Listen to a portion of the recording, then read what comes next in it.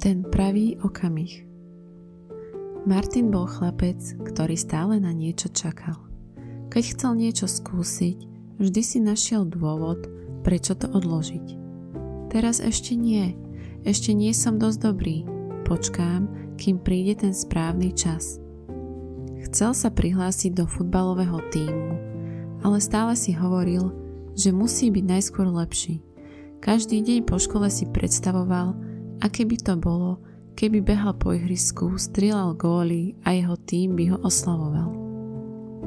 Ale keď prišla chvíľa prihlásiť sa, povedal si: počkám do budúcej sezóny, teraz ešte nie som pripravený. Chcel zavolať kamarátov na výlet, ale čakal, kým bude lepšie počasie. Počkal tak dlho, že prišla jeseň a všetci už mali iné plány. Chcel začať kresliť, ale najskôr si chcel kúpiť lepšie farby.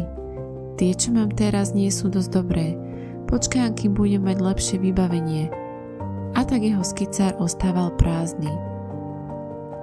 Každý večer zaspával s myšlienkou na všetky veci, ktoré by chcel urobiť, ale neurobil. Jedného popoludnia sedel s detkom na lavičke pred domom. Detko pokojne popíjal čaj a pozoroval ulicu. Na čo čakáš? Opýtal sa ho Martin. Detko sa pousmial. Na nič. Užívam si tento moment.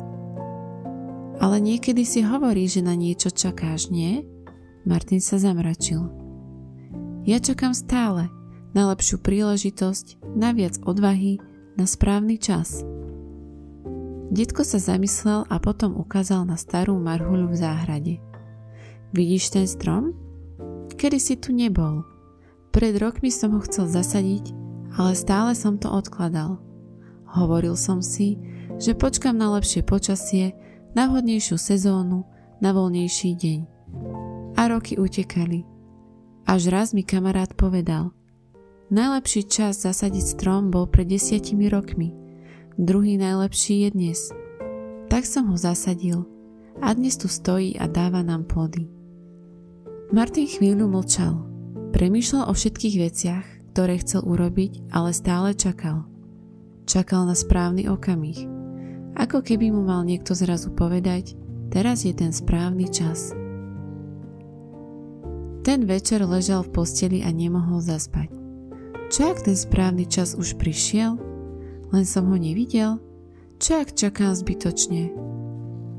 Ráno hneď ako prišiel do školy, vyhľadal trénera futbalového tímu. Chcel by som sa pridať do tímu, povedal, aj keď cítil, ako mu srdce búši od nervozity. Tréning je zajtra o 3:00, odpovedal tréner. Martin bol prekvapený. To bolo všetko? Žiadne testovanie? Žiadne veľké rozhodovanie? To stačilo len prísť a povedať to? Po obede zavolal kamarátov. Ideme na výlet cez víkend. Počasie možno nebude ideálne, ale už nechcem čakať. Večer si sadol k stolu a otvoril svoj skicár. Vzal do ruky farby, ktoré mal, a začal kresliť. Boli to možno len obyčajné farbičky, ale jeho prvý obrázok bol hotový. A tak sa to začalo.